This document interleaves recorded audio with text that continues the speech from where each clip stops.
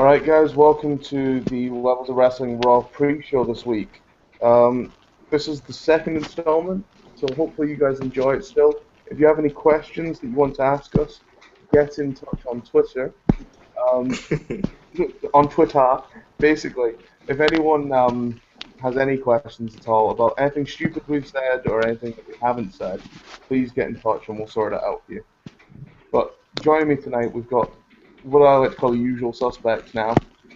We've got Chris Lamb, Rensis, Paul, and do you know what? We've got Skeletor, who still hasn't told us his real name. That is his real name. Oh, no, that is his real name. Impossible. Yeah, it is. Of course, it's my real name.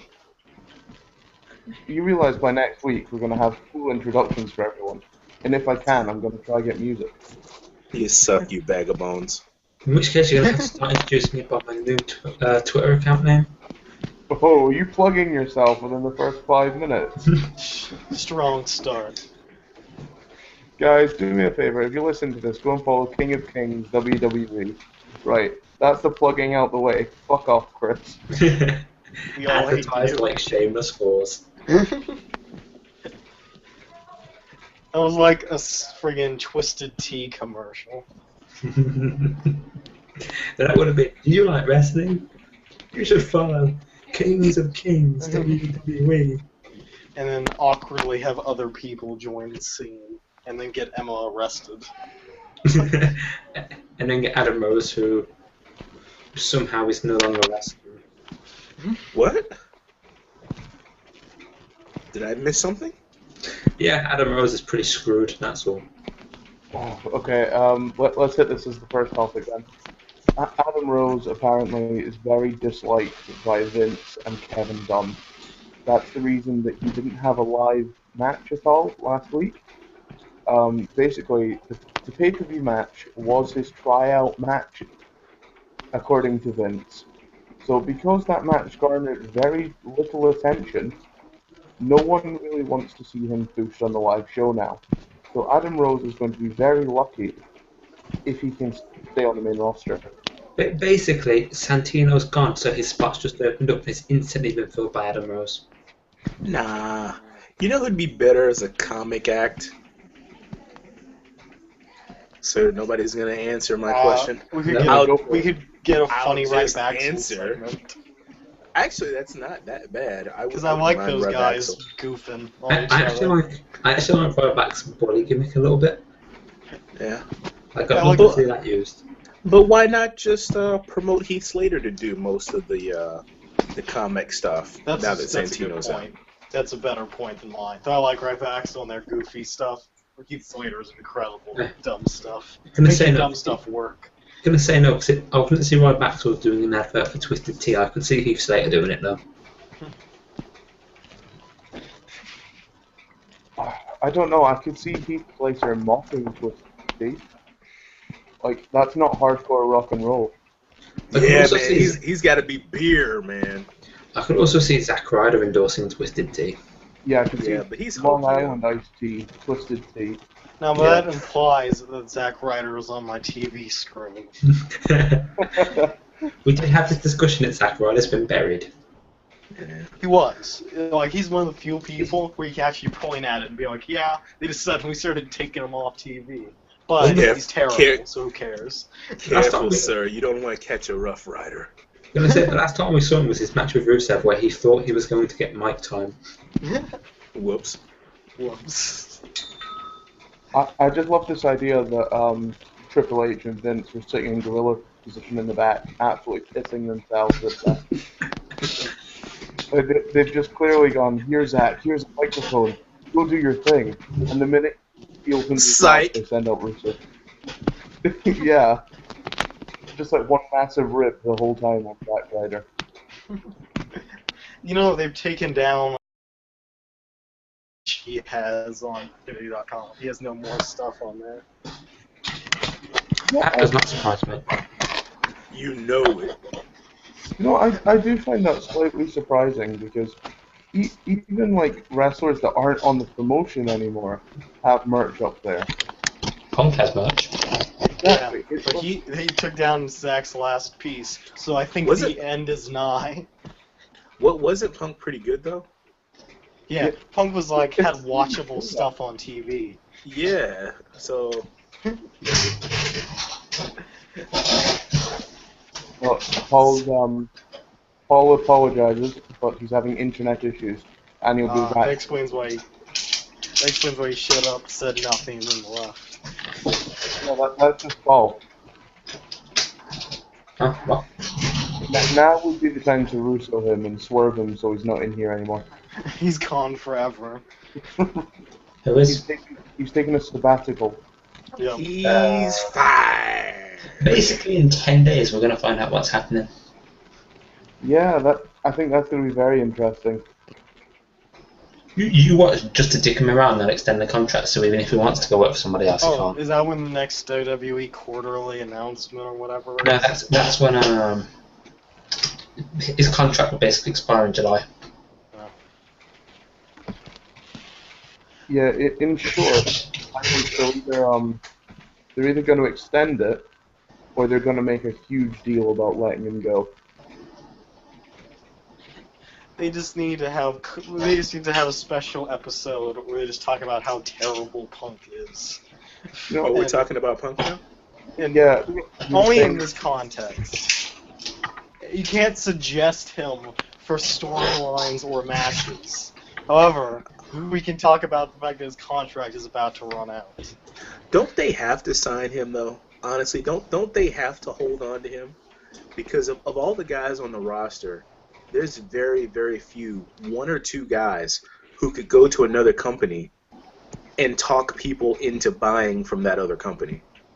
Yeah, he's very much one of those people that could go on a mic as well and drop as much shit about WWE as he chose to, because he knows that another company will get ratings from that. Yeah, because I mean, look, Didn't we decide to go PG?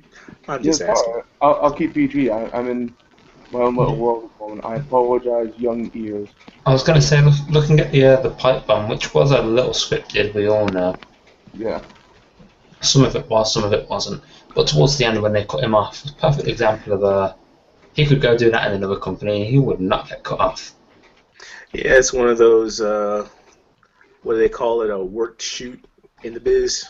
Yeah, something that's supposed to feel like even more like quotation marks real. Apparently, most of that promo was real, except for certain.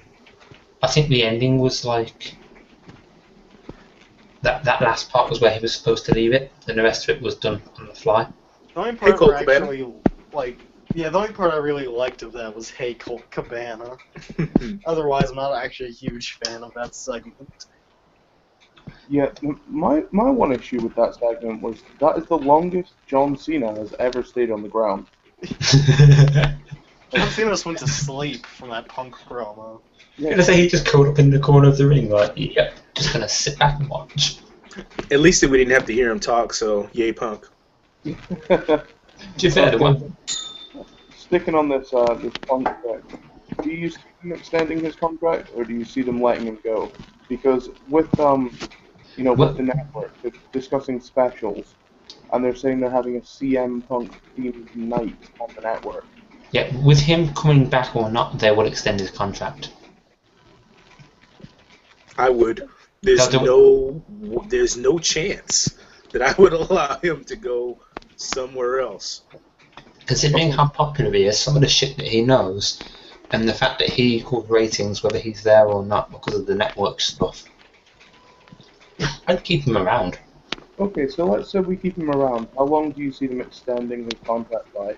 Is it the Lifetime. maximum 6 months? I can't see them doing 6 months. Lifetime. I think the legal max, which is what they did with Mysterio, was 6 months. Are we talking about renegotiating with him and getting him to sign a new deal, or are we just talking about holding him to a longer period of time? Okay, basically, due to his contract, they did the same thing with Mysterio recently. He's had so much injury time that they can claim that time back from him. So they can say, well, you missed 2 months of action, so we're going to claim that 2 months back from you. They can easily pull 6 months out of Punk then. Yeah, well aware of all that. The question is still, are we talking about a renegotiation, or are we just talking about holding him to it? Holding him to Because to me, holding him for another couple of months is irrelevant. I think they have to re-sign him.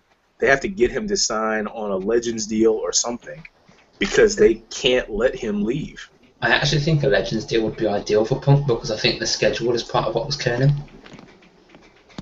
I just worry that with a Legends deal, because I mean, you look at their current ones, guys like Jake Roberts and for a while Edge were off doing other things, so they might be allowed to go to other promotions if they choose to. They're just not allowed to wrestle. When I say Legends deal, I mean stuff like RVD's deal or. Oh, okay. No, that's a full-fledged contract. It's Yeah, not not a Legends. Okay. What deal is what Hulk Hogan has at the minute? Yeah, where you just sign away like the rights to your character or whatever, and you get a constant, percentage of merchandise or whatever forever. That sounds better for Punk. Yeah, because I think that it's really more about WWE than it is about Punk. Yeah. Punk can pretty much write his own way. I mean, any promotion in the world is going to want him, all of them, and he's one of the very few guys, like I was saying before, that can move people. He's not just a worker. He happens to be a very good worker, but he's a master promo guy. Yeah, he's the same as Paul Heyman. There's tremendous value in that. Yeah, even more so than Heyman, because Heyman can't get in the ring. Do you know what I'd love more? I would actually love to see. This might sound weird. Even if Punk doesn't want to come back as a wrestler, I'd love them to get him back as a manager. Mhm. Could you imagine the promos if the guy Punk was with was against the guy that Heyman was with? Not bad. Yeah, I don't want to see Punk and Heyman together anymore. No, I wouldn't have them together. What I mean is like if they. No, but I mean, I wouldn't have them in the same segment at all. Fair play. I was watching the top 10 countdown of greatest managers, and it did make me kind of wish that we had more than 2 or 3 managers right now. Yeah, this is a discussion we've had before, if I'm not mistaken, where the managers that. I mean, it's like something I said on Twitter the other day. I said I'd like to see Paige put with Paul Heyman. And I then kind of had to recount that because I thought everyone would just assume the only reason I said that is because Heyman's the only manager around. Yeah, you can go, they should probably go find somebody. Or, Enzo Amore is not going to make it as a professional wrestler. However, he might make it as a manager, because he has the mic ability. He's just a tiny, weird-looking dude who's not going to make it in the ring. I think his name alone sounds like a sleazy manager. I mean, So who do? Sorry, I'm going to. I was gonna say, who do we have as managers right now? We got Heyman, we got Lana, Zeb. Zeb. I think you have to count Triple H, don't you? No, because he's technically not managing; he's overseeing. Yeah, he's like his own separate entity. Yeah, because he gets in the ring and kicks some ass. Like if the match isn't going his way, he'll interrupt. It was just is that really it? Yeah. Yeah, I think it's it. Yeah, we've got 3. We used to have Vicky, but she just left. Like 2 or 3 years ago, it was worse. There was like 2. It's like really weird, and I hope that they bring in some more guys, because it's like it can help a team or a single dude a lot to have somebody who can help them get through a promo or help them through matches or whatever. I want them to bring back Ricardo, but in a bigger way. Yeah, I'd like to see him with a Mexican star, not Del Rio. It was like Ricardo actually used to be the manager for the original Ascension. Very initially at the start, back when there were 4 people in it, and then it dropped out. Yeah, I'd actually like to see him as a manager for people like Sami Zayn would be a good one. I guess Summer Rae was kind of a manager for a while. Nah. Yeah, that's true. Well, she was. I guess she was a ballet. ballet. She didn't same as Lana. Or whatever. Nah, So, I see Lana Lana. speaks for Rusev while while Samurai just kind of stood there. Yes, Summer, Naomi, and Cameron have all been valets, but weren't actually managers. I think, honestly, they shouldn't have let Teddy Long go. They should have used Yes. him as a manager. He would have been great for that. Like, we saw it with Mark Henry. I'd like to see Brad Maddox with someone. No, you see, I don't know about Brad Maddox. I think he's too likable to be a manager. I think the issue with Maddox is they need to stick him with the right person, but I think he'd be good at it if they found someone to match. They're wasting Brad Maddox.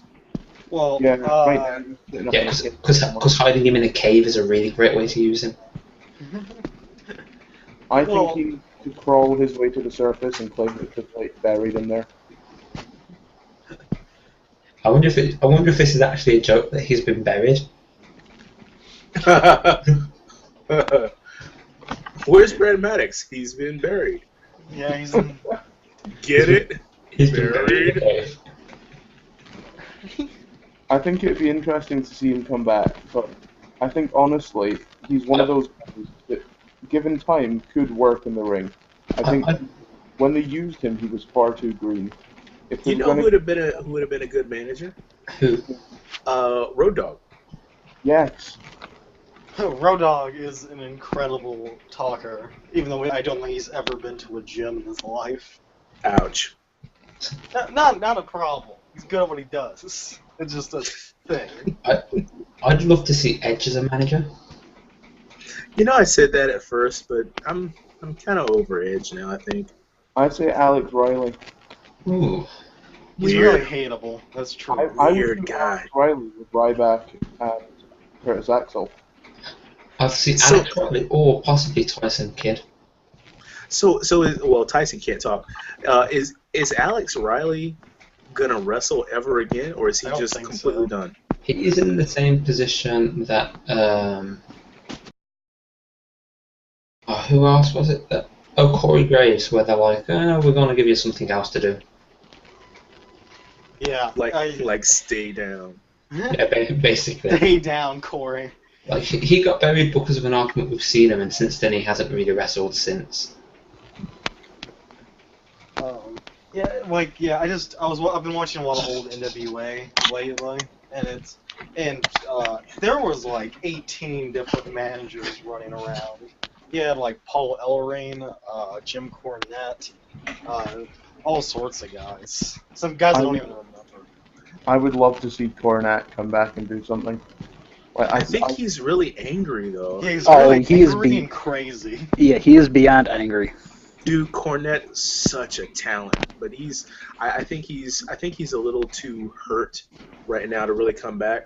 But that guy was more over than the people that he was promoting. Mhm. What would you think of having Damien Sandow as a manager? I can see it. I Oh, guess, it's brilliant. I could see it, but he's got to have disciples, so to say. They need to be Yes. like his He needs to followers be and learn educated. his life lessons. He would need pupils. He'd need to be educating people, yes. Yeah, he needs to be that person that will stand there and say, "Well, understand this. I've taught you something." Still finish with "You're welcome," and then they can go and rest. But is he too damaged at this point for anyone to take him seriously? No, I don't think so. I think he's so good that this. I have a feeling that this isn't going to really hurt him as much as we think it will now. Oh, I don't think so. But This will hurt him about as much as Kane's first gimmicks hurt him. Yeah. I'm thinking like the general feeling of the casual viewer. Mhm. Well, no, because to me, I mean, let's look at guys like Triple H, for example. Triple H is someone that we compare him to a lot because went through almost exactly the same thing, and look where Triple H is. Sandow would get there. Yeah, he's had some pretty sucky gimmick type stuff to work, sucky character work to deal with. His creative has not always been flattering, so I could definitely see that a little bit. Nah, I mean it's not a direct comparison, but I can see a little bit. Well, there was that full year where Triple H jobbed every match, what was it? But yeah, there's there's a lot you can do with a manager, and like yeah, I think like Ryback could use one. I love the dynamic of big guy, cool guy, like tag team, and then the manager in the middle. Like I've always liked that. Like Demolition and Mr. Fuji or whatever. Mr. Fuji. Mr. Fuji was great. He was the worst manager ever. Dude, he was great. He was terrible. What did he do? He mugged for the camera, and that was it. He attacked people during the match and stuff with his cane. It was fun. Rarely. He was the worst, especially with Yokozuna. Okay, that's true, but I liked him with Demolition. Demolition, he was okay, even with the shitty face paint. I Oh, think- yeah, of course it was bad. I liked him in the role, even though his face paint looked stupid. Oh, know it what? was terrible. I've just thought of. So I'm just watching the Hall of Fame just to, so you guys know. Someone I would love to see back on TV is Linda. Linda McMahon. Lindy Mac? No. Could you imagine? Pass. No. Considering what's going on at the moment with Stephanie, I'd love to see Linda come back and put her in a place. If Linda Yes. goes on TV, she gets booed as the biggest heel by the older fans. Strictly for the fact that they had to go PG because of her. They did. That's- That was a thing. That's what I mean. I don't mean like be a face to Stephanie. I mean like be a heel to Stephanie. Like put Stephanie in a place kind of thing. I don't think you can out-heel Stephanie right now. I Steph is think- so good, man. I think Linda could. I'd rather watch Dixie than Linda. I agree 110%. I'm pretty cool with the Triple H Steph dynamic right now. I don't even want Triple H. I'm bored of Steph.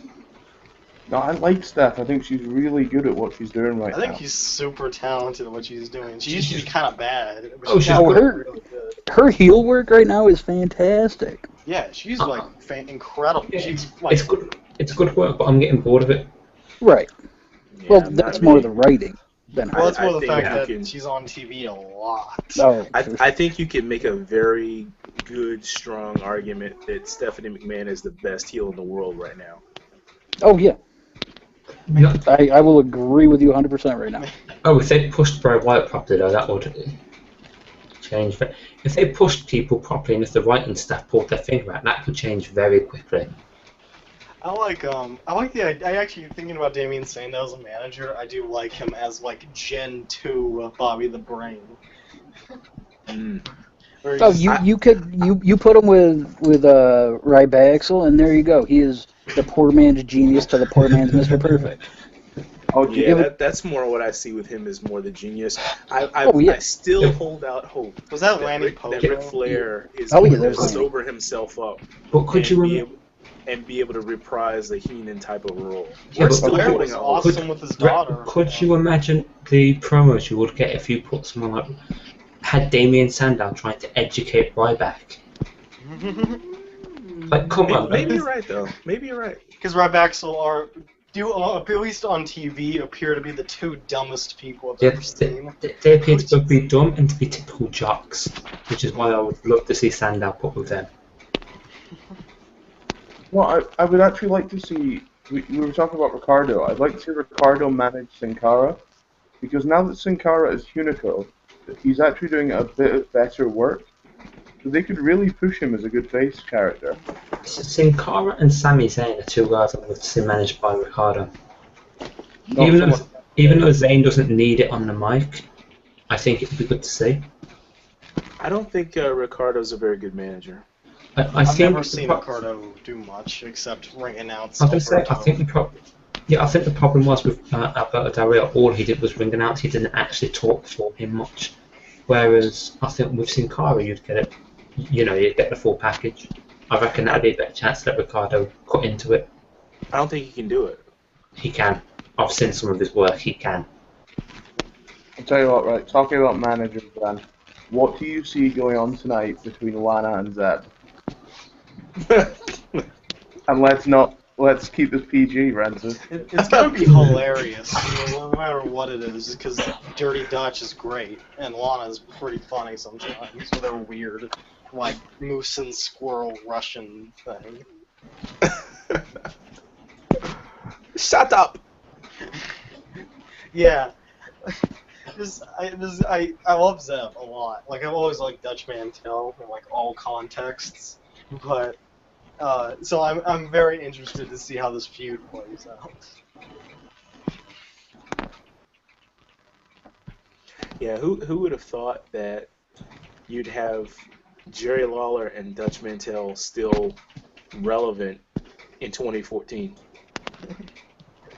Yeah, Yeah. so Zeb is one of those characters that could just reinvent himself over and over again if he needed to.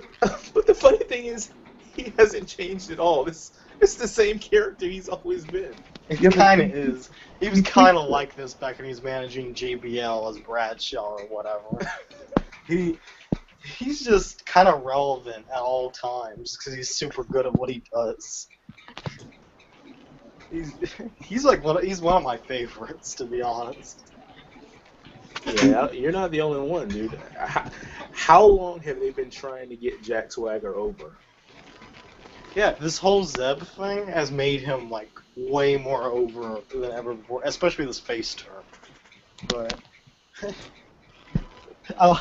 and I love the whole Zeb slaps him in the face thing. That's like such a great dynamic. And the same thing with Cesaro. They tried Cesaro by himself. They tried Cesaro with a ballet. They tried Cesaro with a Hall of Fame manager. None of it really got him over until Zeb. Yeah, I think like because Paul Heyman lately, at least, has not been super good at the whole getting other people over thing. The only Zeb person, has been pretty fantastic at it. the only person that Heyman has gone over very, very well was Lesnar post-Raw, post-Mania Raw, when he did that promo and everyone went from booing the shit out of Lesnar to kind of cheering him. And everyone was like, wait, what just happened? And also, I'd say he did some good stuff with Punk. But Punk was already pretty over at that Oh point. yeah, and Paul was like the best in the world in like the '90s and the early 2000s. It's just lately he's not. So been doing can they re-recruit a Swagger Ziggler Axis with Zeb now and get Ziggler over? I liked that team, so yeah. I wasn't around for it, but I've seen some of their stuff lately, and I like those I guys. wasn't a big fan of Ziggler Swagger. You call them Team Zig Swag, and you've got a legitimate team. Yeah, Zig Swag. Because that's not a play on his finisher at all. Not at all. Swaggles the Dolphin. Swaggles the Dolphin. All right, so we've killed that one. What's next? Hey, it made everyone laugh, and then it was dead. Okay, so like we said though, what do you see going on between the real Americans and so like Rusev? Pretty much exactly what happened last week, possibly in reverse. I mean, I imagine we'll see someone come out. We'll see Lana come out and Lana talk about everything. We'll see Cole come out and Cole talk about everything. The other person will come down. A little bit of talking will happen. A little bit of pushing and shoving will happen. One person will get thrown out of the ring. I want like a friggin' like UN conference between Zeb Coulter and Lana, just by themselves. You gotta have a summit of some kind. You know Yeah, what? just a summit of. You know what I think they need, and what would be awesome for SummerSlam? If they could find lookalikes of Putin and Barack Obama. Could you imagine how cool it'd be to have a Putin walk out with Lana and Rusev, and then have Barack Obama walk out? No, they would not. They would not want Obama. They would. You got to put Reagan on him or something. With that idea of you just said a UN conference. If you want to do that, a good way to keep Barrett on TV is to make him the middleman. Keep him on TV. Yeah, you put Barrett on the middleman. Basically, If we did that, if you did a UN conference, I'd love to see just randomly Santino's music hit partway through. Yeah, Barrett has this huge trolley thing and a gavel, like, and he's officiating the. Yeah, I don't even think Barrett will be backstage. I think he's rehabbing. Yeah, that's probably true. Also, I wonder if tonight will be the night that Christian finally returns. I hope it is. I'm also expecting to see another recap of Santino's retirement announcement. yeah, I think they'll probably either just show the video. No, it's such bad quality. They'll have another one. They'll have him talk backstage or something. if they do, I think well, obviously they'll have Emma involved somehow because they need to try and keep her relevant, especially with the momentum she had from this week on Twitter. Like all that attention, be it bad attention or good attention, is always relevant. See, I actually don't like Emma's gimmick because I think the character's stupid and she's a good wrestler. I think they'll change it probably now, but we'll see. You know what I mean? Even just the crappy dancing that they did, I was like, for God's sake, it was.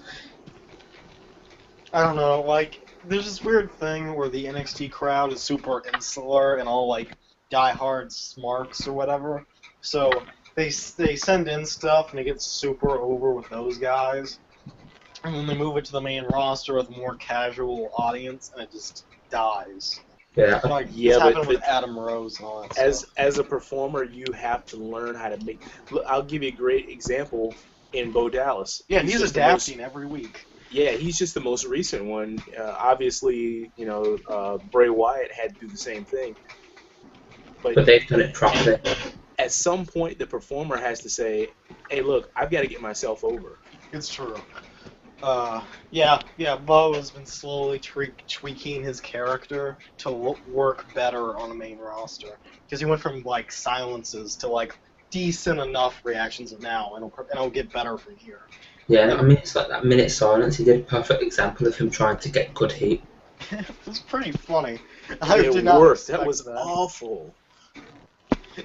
Yeah, but it was supposed to be awful. He's wasting your time. If the announcers had shut up, that would have been perfect. Oh yeah, the announcers should have been entirely silent during that segment. I don't know. I think the announcers really sold it pretty well.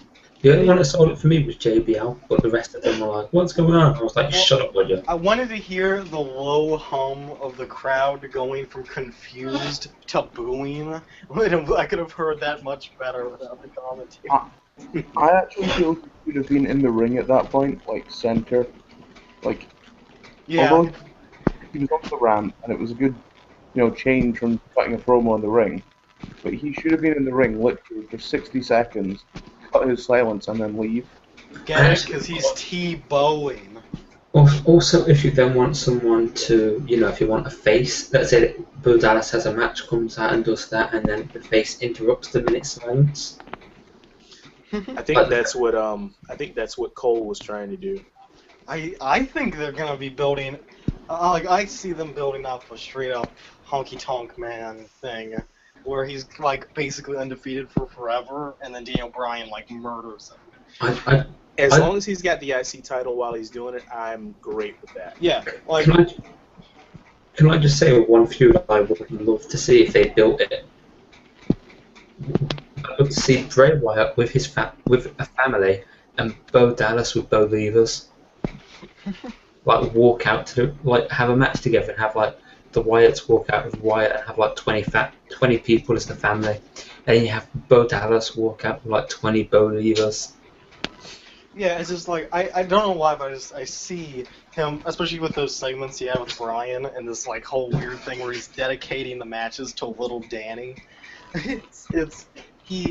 I see him as being undefeated or whatever for a long time, like through cheating and being a coward or whatever, and then one day Daniel Bryan just rolls up and just wrecks his day, like Ultimate Warrior rolled up and wrecked Honky Tonk Man's day. Hey, if you want, I would really like that because it's so much of a departure from setting up Daniel Bryan as Rocky Balboa. Yeah. He can't always be the little guy overcoming adversity. You got to have some fun with him too. That's why I loved his work with Kane in Team Hellman. Oh, they were a dominant tag team. They were just wrecking dudes. Oh yeah, Team Hell No was a good tag team. I was saying this, it's bad because Brian's now at a point where he's entirely built around being the underdog. yeah, see, I've got no problem with him being the underdog, but they have to make him a believable underdog. Like, they did well on the build-up to WrestleMania 30. Then I didn't believe anything after that point. Yeah, I basically. liked the Kane feud fine up until I hated it because I just thought it was terribly, terribly done. I liked the whole I liked the feud fine, and I think here's the thing: everyone was talking like the feud was fine, and everyone pretty much liked the pay-per-view match until that terrible ass segment that happened the day after the Extreme Rules That with the that whole was. car thing. That's the problem. That feud ended on its worst segment. All I'm the other ones sorry. were basically okay. The Extreme Rules match was so bad because there were so many spots you could see happen that either one of them missed, like punches and everything that they sold and blatantly making no contact. Oh, I like that match a lot. It felt super old school, which is why I it worked was for Extreme Rules. I was looking at him like you've missed, you've missed, you've missed. Oh look, it hit him. You've missed, you've missed, you've missed, you've missed. Oh look, There it was hit him. The one Yeah. thing you can't deny is, although it was full of spots that you saw coming, they were great spots. Yeah, there were some crazy ass spots in there. When Kane threw the plugged-in TV, if that had actually hit Daniel Bryan while he'd been in the water, he was dead. It was pretty great. Again with the fire extinguisher as well, when he threw that through the car window. If Daniel Bryan hadn't moved, that would have probably killed him. Like, he threw that with real force. The only thing, the one spot I didn't like, the only spot I really didn't like was the fire, the table on fire. I said this on Twitter today. It felt like he touched it and it went out, and I was like, what? Yeah, no, I felt that Kane should have had a more over-the-top reaction, considering he hates fire. I thought Yeah. he likes fire. That's No, the no. same thing. The idea was because he was supposed to be burnt initially, wasn't he? Which is why he was meant to be scared Yeah, of fire. But he controls fire and burns other people. No, he burns other people, but if you remember back, I mean, it is a while back now. If you look Yeah. at like 1999 to 2001, X-Pac at one point was threatening to burn him. And I mean, he was showing fear. He was afraid of that. Oh, okay. A Okay, couple years on, they did the same idea. Yeah. See, yeah, my firm memories of wrestling will kick in into like 02, 03. And that was mostly like because I've seen most of that stuff since, but like in terms of core, like I remember everything that happened. It was only been like the last 10 or 11 years. Which was, Kane burns JR. Kane electrocutes Shane McMahon's ball sack, all that stuff. Right, let's call the Sandow segment tonight. We're in Canada. Who's Sandow dressing as? I would have said Bret Hart, but the fact that Bret Hart's going to be there, no. See, that makes me think he'll dress like Bret Hart even more. Yeah, and then he'll get like a weak-looking, stroked-out sharpshooter. It's either that or he dresses up like Shawn Michaels, gets the heat, and then Bret Hart puts the sharpshooter on him and gets the pop. See, now I'd actually I'm not sure Brett can do it. Well, neither am I, but I think put one sharpshooter on Sandow. I don't know, like I don't know how into anything Brett is anymore since that match where he managed Natalia and he looked like he was about to fall asleep the entire time. That was because it was a Divas match. But Ric Flair was selling that thing. It was a great match. That was a legitimately great match. It was a good match, but there was a part Flair of was me. going crazy. It was a good match, but there was a part of me inside that was like, it's only a Divas match. Yeah, but there's a reason why I will always like Ric Flair more than Bret Hart, and that was one of the reasons. Ric Flair was going nuts, selling for his daughter, like all sorts of stuff, and then Just Bret like he Hart- sold for everybody else. I'd love to see Damien Sandow come out as Edge and talk about the neck injury and talk about Santino's neck injury as well. that would garner some serious heel heat. Yeah, that would be. What if he came in as Jim Neidhart? I can see that. I don't know, like I keep picturing him coming back as Vince again and The doing the Bret screwed Bret thing. I'd like to see that. But the only person I can't picture him doing is Owen Hart. Well, no, they will never let anyone impersonate him. I don't think they'll ever go there. No, I they mean, won't ever go there. I was thinking about, obviously, like, there's Canadian wrestlers that have been in the roster. Guys like Christian, who's still there. See, I was going to say Edge because you could then have Christian come out and beat the crap out of Damien Sandow. Yeah.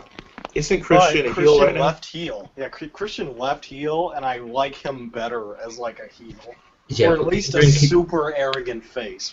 Considering he's in He's Canada, been a face before? Considering he's in Canada, he should come back as a face just for tonight and then build up to a heel again. Instant Classic Christian is like my favorite, like top 5 or 6 favorite wrestlers of all time. Yeah, when he was the CLB. Yeah, like, dude, when that time period, I'm so sad that like gimmick and like time period of his ring work was only viewed in TNA, because it deserved to have like 5 times as many viewers, because he was incredible. Every match he had, even against garbage dudes, were like fantastic. Dude, like, it was like one of my favorite runs of anybody. And he had those friggin' jumpsuits. Killed it. Killed it. Dead in the water. I like the jumpsuits. I miss the Christian, like, gold jumpsuits. I wish they would bring those things back. What, the gold, like, conquistador ones? Or the ones that Edge and Christian wore for a while? Oh, no, he had like, the big, puffy, like, big C on the back jumpsuits. Yeah. That, like, I always liked that look, and it's better than him coming to the ring in a t-shirt that says "one more match" on it. Yeah, the one more match thing I thought was okay for about 6 months, and then after that I watched it. It's like, a thing that became super sad, because he was losing a lot, and then he's like, I need one more match. Yeah, it does sound very Job Squad, doesn't it? Yes. Yes, it does. Okay, so obviously, you know, we've got this build towards the Roman Reigns match at Battleground. Do you see him facing Randy Orton at Battleground, or do you think that they continue to build through that pay-per-view? I think what will happen is you'll see the match at Battleground. That'll continue into probably Randy Orton versus Roman Reigns. Actually, and then it'll probably build into Triple H. Yeah, I was said earlier in the week that there's a chance that Triple H versus Roman Reigns will be moved further back, and Yeah, not champions. that'll be in a bid to keep the network buys up. Basically, if they move it back and encourage people to buy the network with that match. But I don't think that'll keep the network up. I don't know, it's clever. It is a clever thing to wait until most dudes have dropped their subscription. To be fair, that's just me because I think that Triple H is overrated. Wow, that's a strong That thing. is a strong thing for the game. Yeah, I know. I just feel like, you know, they make it out like, oh, Triple H is going to be a massive draw, and I'm just sat there like, really? Because I care about pretty much everybody else on the roster that's not Triple H. Triple H is overrated? Personal opinion, not fact. I mean, dude was the top draw of like 2002 to 2005. Oh yeah, early 2000s, yes. Now, no. Who? Triple H? Yeah, I was saying he was the top draw of like 02 to 05. Oh, yeah, I mean, I've heard that. Never ever was Triple H ever the top draw. I've heard No, but after Rock and Austin left, but before the new guys came in. Yeah, I've heard the footage from the Madison Square Garden return, and the pop he got was incredible. These days, I feel like they think he's a bigger draw than he is. Yeah, you can't really judge on return pops. You can't really judge on post-Mania pops. That's it's too fleeting. I think post-Mania pops more so than return pops. Well, return pops don't really mean shit anymore because everyone knows when everyone's coming back, unless you're Chris Jericho and you sit in a trailer for like 6 hours a day before you come back. Yeah. I thought they did a really good job selling the Jericho and Miz returns. Yeah, because they kind of made it seem like it was gonna be Jericho, and then it was Miz, and everyone was sad, and then it was Jericho. I was actually happy that it was Miz because it's like, okay, this is an opportunity for us to see somebody we haven't seen for a while, and if he delivers good stuff, I'm down with it. I've seen a few Jericho returns already. A Miz return, if he does it right, could be fresh, especially with him coming back as a heel. Yeah. But it was so dull when Chris Jericho came out. It was like, great, thank you for saving us See, from now this boring Miz promo. I was actually kind of disappointed that I saw the spoiler, because I actually do wish that I hadn't known Jericho was going to be there, because that would have. You heard the pop that he got when it happened, and everyone seemed so surprised. I probably would have been the same. I would have been like, "Holy shit!"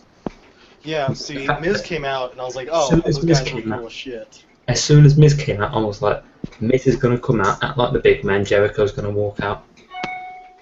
And I was actually right, and I was like, "Well, shit, that's kind of killed it." I tell you, at the moment, I love what they can do with The Miz. There are so many options you can go with him now. Like, he can pander every week and say just how much the WWE Universe needs him. Mid-Carter, he'll be in the Intercontinental Champion Battle Royale, and he'll fail at it. Hollywood Mike Mizanin. That escalated really quickly. Ew. Yeah, but I think there's so many options they can go with him, like, character-wise. They can either go with him moaning about the crowd, like, you know, you don't respect me enough, give me respect. Or they can have him play the other end of the heel, where they keep booing him, but he says, it's okay, he's there for them.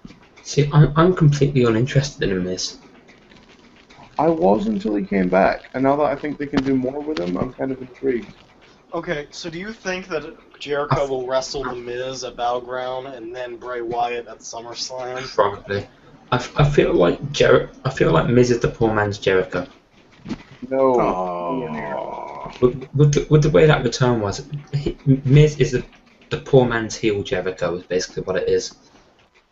No, the Miz is the Miz. Let's not call him the poor man's Jericho, because there is no such thing as the poor man's Jericho. I think that's what we sold him. I mean, I think that's what they sold us at Raw last week, though. Yeah, but I feel like that's how it's now going to be seen. Yeah, that's what they were trying to sell us last week. That worries me for the Miz, Dan. Yep. Obviously, if that is what they're selling, then he's now been cemented as mid-card, and that is the furthest he will go. Yeah, but the Miz is a mid-carder for life. Well, he's not for life, because he did I'd have a rather see- WWE title reign. I'd rather see Justin Gabriel in a match than the Miz. I think we all would. I don't know. And friggin' Justin Gabriel's been wrestling super slow and bored on NXT. Oh, Justin Gabriel pulls his game up, though. He has a fantastic moveset. He does, but he's been wrestling like when Randy Orton doesn't care on NXT. Yeah, but I feel like that's probably because Justin Gabriel doesn't care about NXT. I know, but that's how you get back up, is by doing a good job on NXT. Yeah, but I mean, it's Like Brodus sucked on NXT, and then he got knocked out the door. Well, I think the deal was with that is he was already on the way out the door, and that was how they played out his contract. And I'm afraid that's probably where Tyson Kidd's headed. I don't think you go to NXT to revive your career. I think that's where your career goes to end. Tyson Kidd was a matter of rehabbing an injury. And I think they were probably worried the same way that Evan Bourne came back from injury. Evan Bourne was slightly different because even after that he wasn't used, but they're using Tyson Kidd, which is a good sign. I think both Bourne and Kidd were healthy for a year before they decided to use him. Yeah, Evan Bourne was fully healthy for 9 months. He was ready to come back, just after WrestleMania last year. Good point. But, considering that Natalia's in Total Divas, they won't be getting rid of Tyson Kidd. No, they could easily get rid of Tyson Kidd. They don't get rid of people just because they have relationships with other... I mean, yeah, they don't keep people just because they have relationships with other people. Have you heard that there are people who think that that's a storyline marriage, not a real marriage? Yeah, shameful. It's ridiculous. Is it? Yes. Yeah. Is it really ridiculous? I don't think that. I mean, dude, one of the biggest stars we've ever seen is an undead wrestler. I mean, I don't think a fake marriage is that big of a I don't think leap they do a here. fake marriage between two people that have known each other for most of their lives. Uh, Macho Man and Elizabeth started as a fake marriage and turned into a real marriage. So I'm not sure that I'm not gonna write it How off long so were they easily. supposed to have known each other? Quick, Though? quick note, I've been watching old stuff, and Miss Elizabeth is the worst, and people seem to have forgotten that. How long did Elizabeth and Macho Man know each other then? I don't know. Because I don't think that's really relevant. I think it is because the fact that Tyson Kidd and Natalya have known each other since they were kids, kind of. It's, that'd be kind of, I don't know, it sounds like a super weird thing to do. Though, Yeah. If it was between two people that are on the roster that have met on the roster, fair play. But the fact that they've known each other for so long, don't see it working. Though, Tyson Kidd wore a jacket on NXT that said, "Only God can judge me," so I am now a Tyson Kidd fan. Oh God, you're one of them. That is the best article of clothing I have ever seen. I'll take Jericho's light bright jacket. It's just got the words, "Only God can touch me," stitched into the back. It's so great. What's so great about that? I don't get it. Just because of how insane that is, that a person would wear something like that. I never expected Tyson Kidd to come out with something like that. This is a guy that had like one sprig of hair on his head for a while. So yeah, you're true. You're right. You're right. I should have expected this. I'll tell you what if they decide tonight that they are going to start using Tyson Kidd on the roster? And what to use Brett to reintroduce him? What, sorry? cheap pop for Canada. So, no, I was thinking the other way. Maybe you should attack Bret Hart. That would be pretty rad. Yeah, that's what I was thinking. If I'm booking it, that's how it's going. I would attack Bret Hart. Because Tyson's been heel in NXT for like a while, and they seem to be building him as a heel. Or he should walk out and Brett should be talking with someone and Tyson Kidd should walk out. I don't think he should attack him, I think he should cut a promo. Yeah, but that requires Tyson Kidd to speak. It does, and he's not very good at that. Yeah, him doing a cool like move to his friggin' like what is he? Uncle-in-law, whatever the hell relation they are, would be way better than him speaking. Of all of the ideas for how to do a segment with Bret Hart, having Bret Hart cut a promo with Tyson Kidd is about as low on my list as I can possibly go. Yeah. No, but I'm not on about what's ideal. I'm on about the way I realistically see it being booked. Oh, that's just awful. That's a channel turner. That's a potty break. I mean, yeah, seriously. I will watch anything else. But yeah, like the Hart Dungeon, despite all the good it's done for technical wrestling, definitely does not teach anybody how to speak. Well, the problem that you get is it's very hard to teach somebody how to speak. I mean, you know, if that was the case, Paul Heyman would sit in a classroom with everyone and everyone would know how to talk by now. Yeah, you can get better, though, through workshopping. Yeah, you can get better, but I mean, it's like it comes to a matter of... Now, let's look at Christian, for example. Christian has been on the roster for however many years it's been. Not that great at cutting promos still.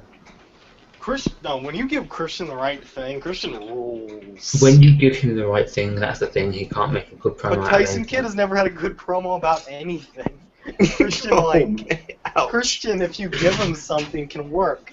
Like him in TNA when he was Vince Classic was awesome. Right before he left WWE, he did good promo work. When he first came back, he's been kind of rough for a bit. Tyson Kidd has always been terrible. You want a good example of this? Stone Cold recently in an interview claims that he feels the biggest problem with WWE is that the superstars aren't organic enough in that they can't cut their own promos, and they're not allowed to say what they want. I completely.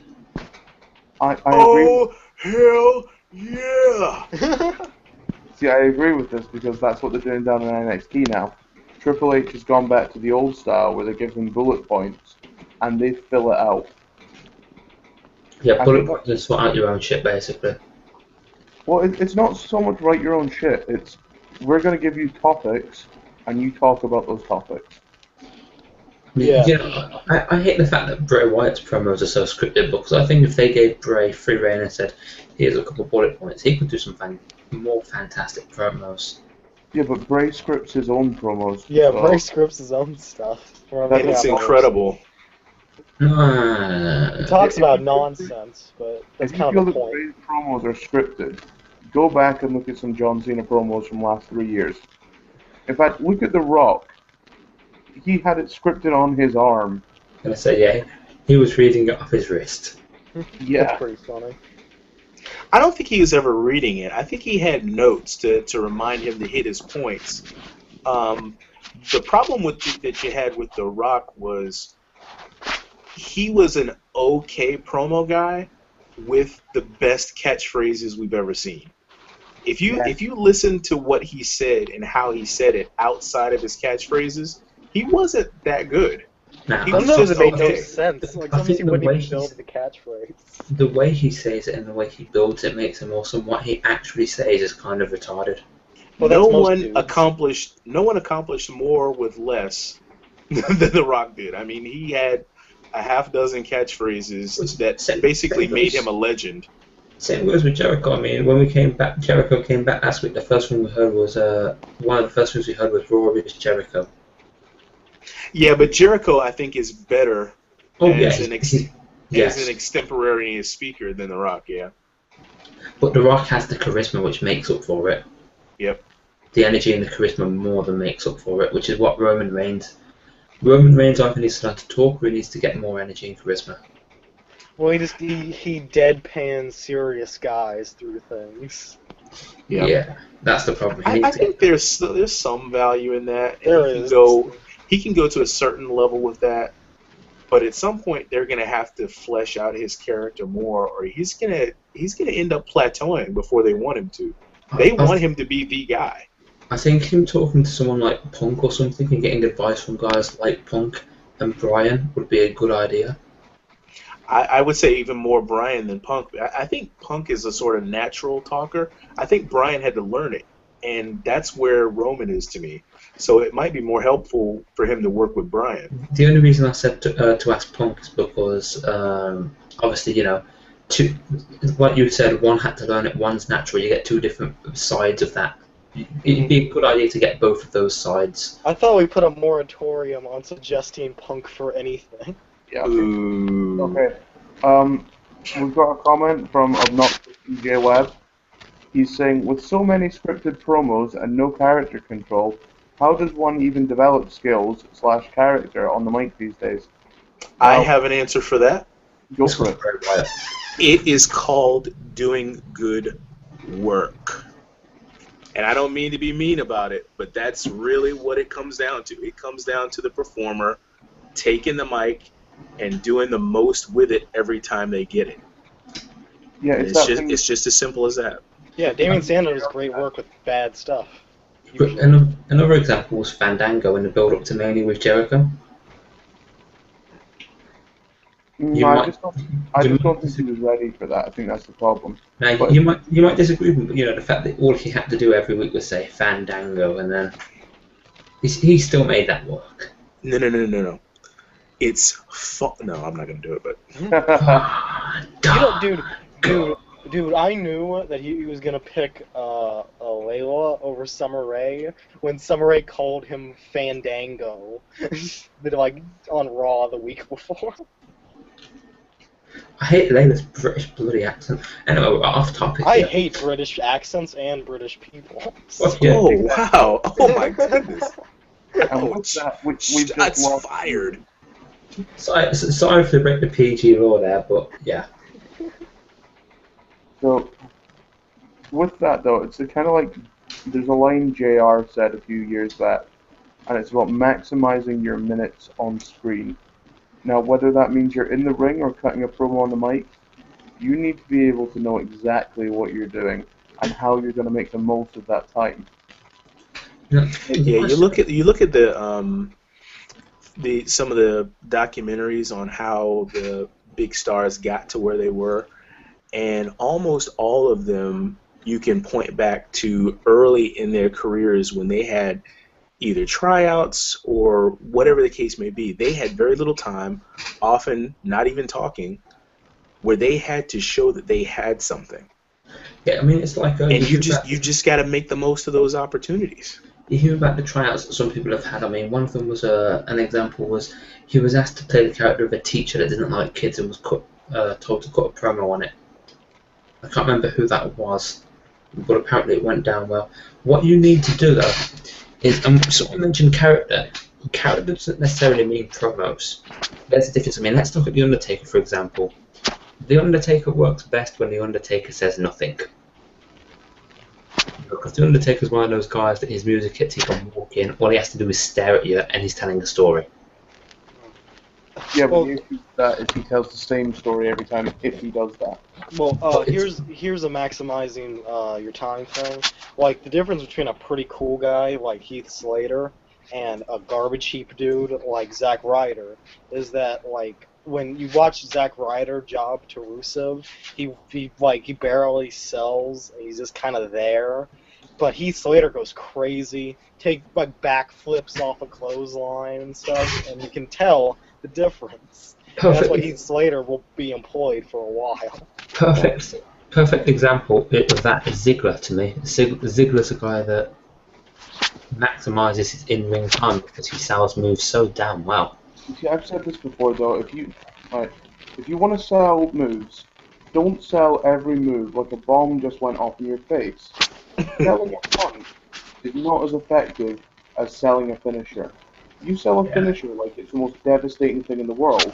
I've seen Ziggler sell punches harder than he sold finishers sometimes. Yeah, what was it? Ziggler took on Cesaro like 2 months ago or something, and Cesaro opened the match with like a very limp, weak drop kick, and Ziggler acted like he died and flopped around, and then it was pinned for a 2.9 count off of a limp drop kick to start the match. I think that's mostly to prove that Cesaro's got strength. I know, but it was so much. Like it was so much to do for the first move of a match to let a guy get a 2.9. Okay, an even better example at the moment is Ambrose. Oh, Ambrose has like I that love Ric how Flair Ambrose. Yeah, I love how Ambrose sells. He does It's the oh my old god, school. I'm dying, like Ric Flair, like holding my ribs stuff. You know when he did the superplex off the ladder and the backflip he did and the way he looked at the camera, I was like, you've sold this. Yeah, he does the Ric Flair old school sell, and it's fantastic.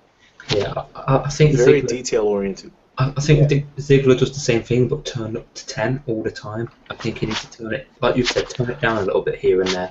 Whereas That's called overselling. Yeah, that's the problem, and that's where Ambrose, to me, has, he's worked out the numbers. He knows how to sell, when to sell.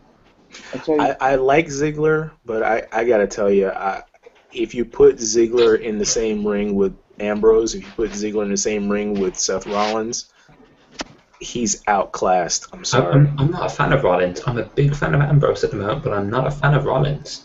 Yeah, I'm still warming to Rollins. There's a lot about it that I'm honestly wrong. I think Rollins needs to build, whereas Ambrose has now built because of the whole getting payback thing has built Ambrose, and it's starting to build Reigns a little. I think they need to build Rollins in a similar way. Have something happen to him to give him an edge. Also, I like that SmackDown proved the Shield is not the Shield. Dean Ambrose and Roman Reigns are still together, even if they don't do anything together for a few weeks. And I'm gonna go nuts here. I'm gonna mark out a little bit. This is the point that I've been making forever about the Shield. They did not need to have them turn on each other in order for them to work individually. There was not a need to do that. They could still have been loosely aligned. I agree, but I digress. That would have worked better for the reunion thing they want to do with, similar to DX. Right. But I'm looking forward more now to seeing, if they have the Royal Rumble and it comes down to the final three as being Ambrose, Rollins, and Reigns. I like Seth way more as a vicious heel, way more. I like Seth as a heel, but I don't like him as a character at the moment, if you know what I mean. I think he can play a good heel, but not as he is at the moment. I don't know, like he's super like obnoxious, and he's got like it Yeah, but was like he's stuff not. that bothered me when he was a face now works because he's a heel. Yeah, but he's not in your face enough about it. Like the fact that he's Mr. Money in the Bank, he should be running around shoving that in everyone's face. At the moment, it feels like I've got the briefcase and what. See, I don't know. You guys are saying the exact opposite to what I'm thinking. I think Seth Rollins is the perfect chance to build a babyface at the minute. Like, not in the same kind of way as Roman Reigns. Like, he should be, and I know he's compared to him a lot, he should be your Jeff Hardy's type character at the moment. I was actually thinking, as soon as you said babyface, I can actually see the similarities between Rollins and Ziggler. You know, not many, but I can see some. It's funny. On current roster, I'd compare him to Ziggler, who he could be. It's funny when there's one dude who's really into one guy and this, and one guy who's not, because you can just hear the audible groans when each of the other one says something. Ziggler's a guy who's been on the main roster, 7, 8 years now?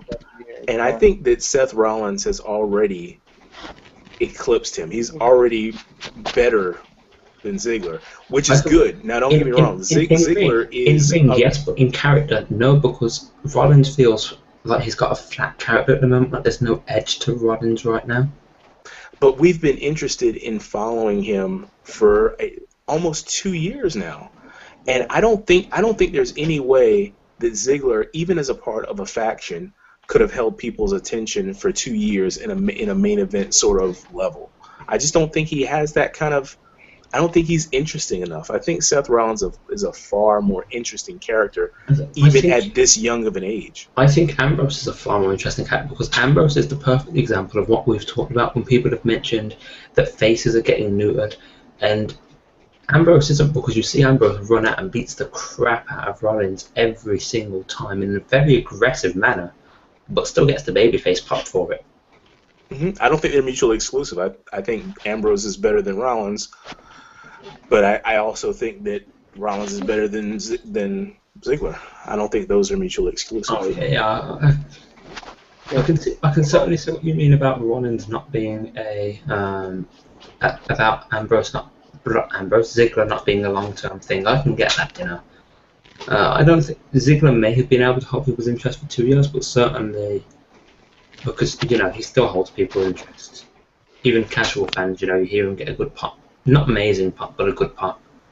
Right, we're in this last hour before Raw, so with aspects of Rollins and Ambrose tonight, the main event so far has been announced that Rollins will face Cena.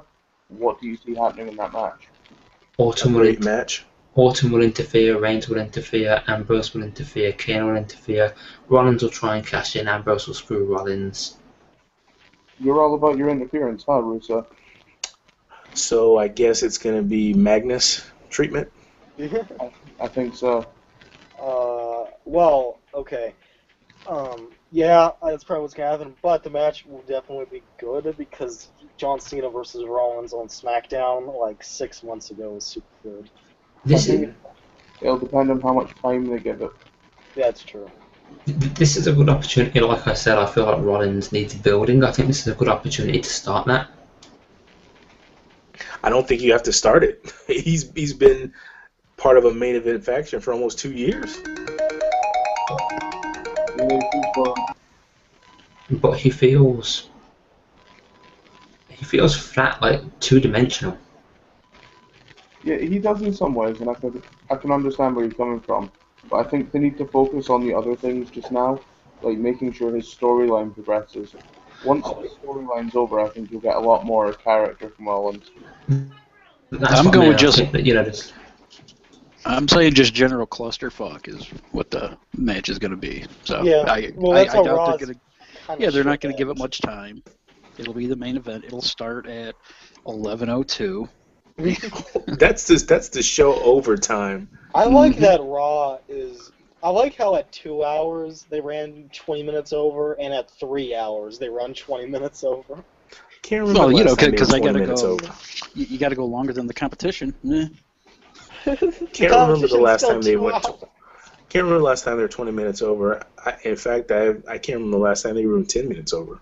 Actually, recently they have been cutting it down. That's true. Even the pay-per-view is now finished like 20 minutes early to make sure they've got time.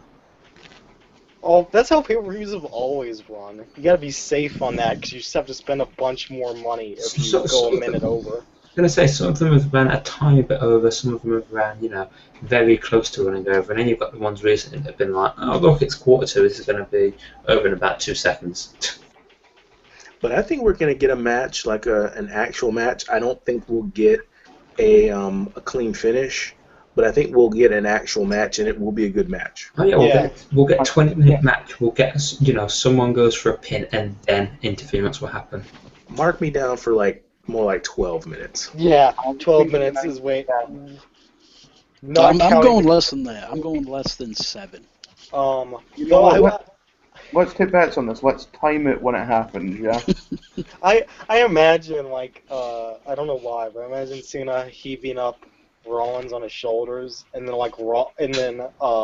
friggin' Orton or somebody grabs his legs and pulls him out of the ring. See, do you know what I'd actually love to see right now? I'd love to see Cena with Rollins on his shoulder and then RKO to Cena. With Rollins on Cena's shoulders. I can make one guarantee, though, about the main event. That Cena will not get pinned clean. Yeah. No.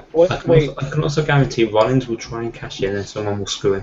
I have a 186% chance accurate prediction to make, which is the 4 Horsemen return and take out everybody in the ring at the end.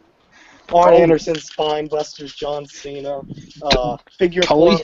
Lock, all that stuff. Will Tully and Ole be there? Well, Tully will be there. Okay. It'll probably be Barry Windham in the extra slot instead of I'm Ole. good with that. Bret Hart will run out and put Cena in the sharpshooter, and Cena will tap out for the first time in 10 years. and then Flair jumps him, and the whole Horsemen will take him out. And then Cena will get up and turn heel by attacking Bret Hart and roll finish. Okay, guys. Obviously, for the last few weeks, we've seen Stardust and Goldust versus Ryback. Who are they facing this week? Because personally, I'm getting sick of seeing them face the same team. Ryback. Yep, it's gonna be Ryback. Though I wish that there was one other heel tag team that wasn't the Wyatts over Ryback. Yeah, or they're going to be in singles action versus Ryback. Yeah, you know what I'd love to see is I'd love to see a 4-way tag match. It'd be interesting. It'd be different. You get to see all 4 teams at once. Battleground. What was that? Battleground. At Battleground, no, it won't happen. Battleground's going to be one-on-one Wyatts versus Usos. Good point. They need to get their rebound match. So you see the Wyatts picking up the belts at Battleground? Yeah, I see the Wyatts picking up the belts at Battleground, possibly retaining through SummerSlam and then dropping them again at Night of Champions. I have to ask this question. What do we see happening with AJ Lee and Paige? Right, okay, it's going to be short, it's going to be quick. I think they're going to talk a bit, they'll probably brawl. They won't have a match. And they'll set up something for Battleground. Yeah, I think they will both talk about how they each got a fluke win over each other, and then they're gonna have like a real settle it match at the pay-per-view. I think if they're gonna do this, they need to remember Alicia Fox was in that top position for a while. Like, if you want to make her relevant, you need to keep her in that top position somehow. Yeah, I think tonight we could see AJ Lee versus Alicia Fox. The issue with that is AJ Lee has to win then. Oh yeah, she will, but I could then see, Paige being on commentary or something and attacking. Yeah, maybe.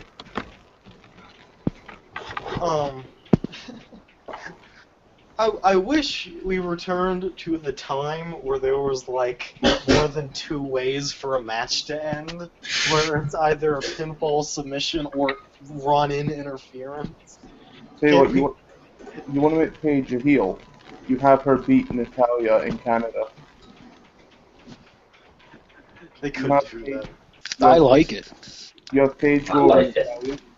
Yeah, that is very good. I'm down. Give her an eye rake. Do something.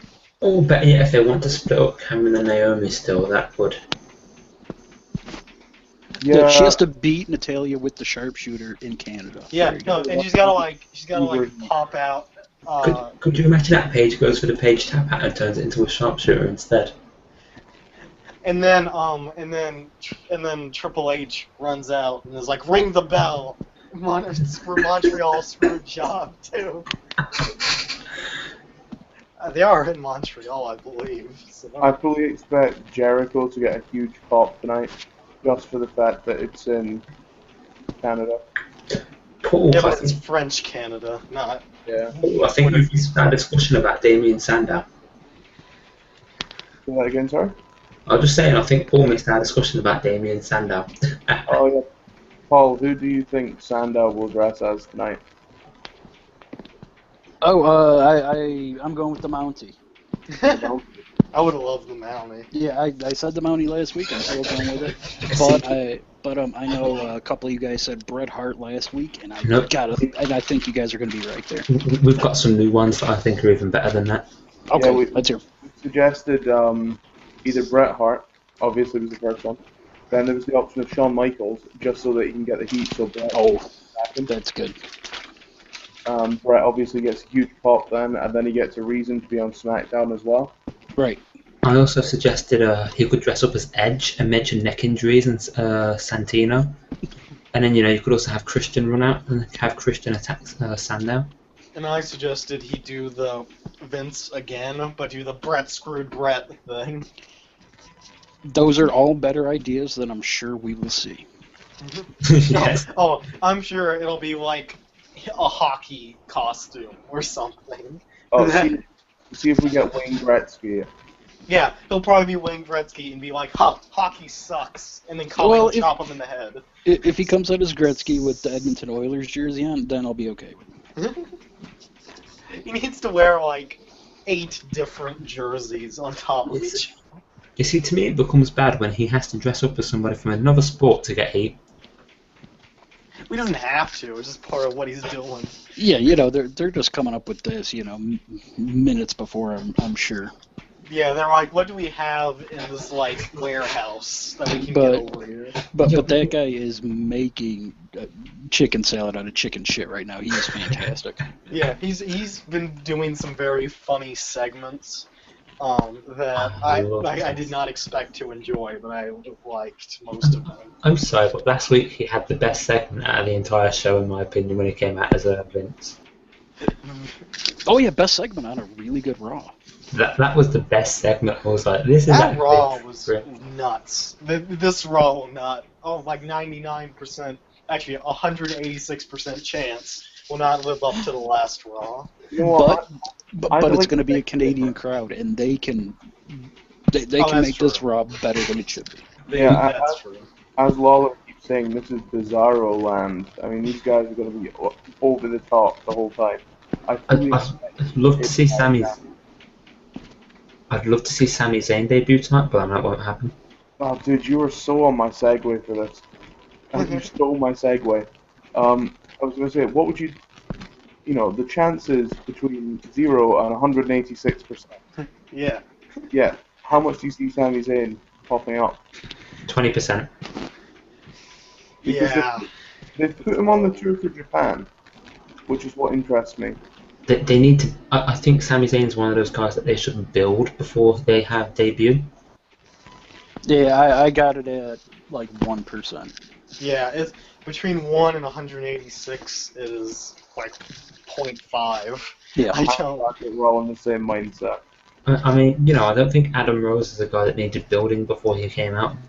Though I think that someone like Sami Zayn is. I do think Christian has a halfway passable chance of showing up. Yeah, but I don't see him doing anything fantastic or amazing or absolutely mind-blowingly awesome. He should probably just spear Damien Sandow. And That'd be so good if Sandow came out as Edge and just that happened. If Landstorm isn't there, I'm going to be disappointed. So. Prepare to. The other discussion we had was Tyson Kidd. Yeah. We say yep. What we were saying is let him come out. You're my come in. favorite, Paul. Yeah, thank you, sir. I can't stand him. He's a black hole of charisma, and I was just talking so much crap about him right before he showed up.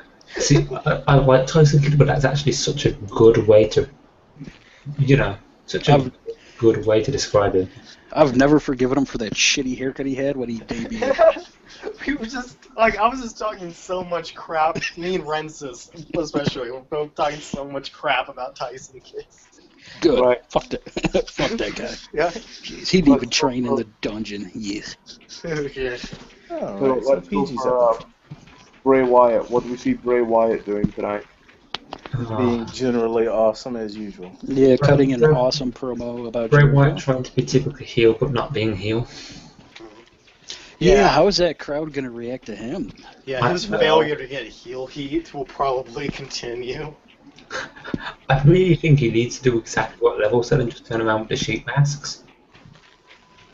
Yeah, he really does need to just be like, hey, you're wearing sheep masks. You're all sheep. Lol. I think they'd be okay with that. Yeah, I'm going to reiterate for those who are listening now. Basically, I said several weeks back that if they want to make Bray Wyatt heel, they need to use the opportunities that they've already got. The sheep masks are the perfect example. Bray Wyatt said that he was there to make a point and to tear down the machine and to prove people for what they really are. Now, people have been wearing sheep masks literally for the fact that Rowan wears one. These people are sheep. They have proven they are sheep just by doing this. Bray Wyatt needs to capitalize on this and become a major heel very quickly. Preferably, he should stop the "we're here," because that just shouldn't happen. It's a Foley pop. It's a fully cheap pop. It's super weird. It's a Foley cheap pop, and it should stop. Yeah, I'm kind of glad that they've distanced Harper and Rowan from him, because they do get legit, like, real heat most of the time, and that's like, it was just something that they lose immediately upon coming out with Bray. Yeah, again, it's the thing Rance has said about the Shield.